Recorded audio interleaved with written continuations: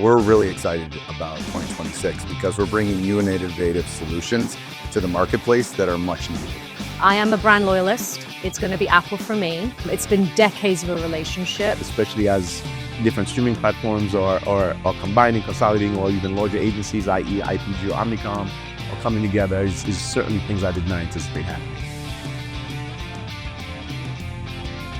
The big headlines for this December report are really our more positive outlook on the future of advertising versus our June report. So we're now expecting 8.8% growth in advertising revenue globally.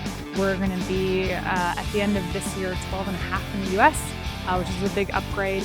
And there are a couple of different things leading to that.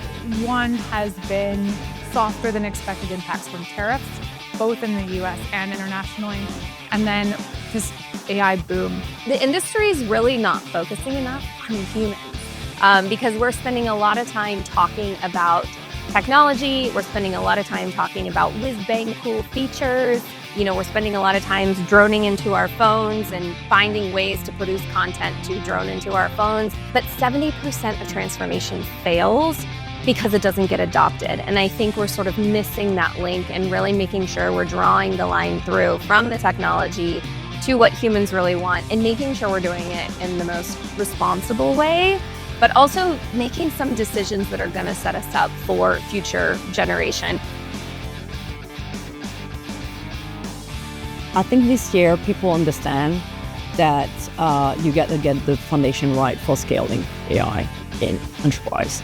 I think people start to realize that, agentic commerce is coming, that, the brands are going to have to adapt and kind of also strengthen the storytelling, because in a few years, potentially half of your shoppers are going to be agents and not humans.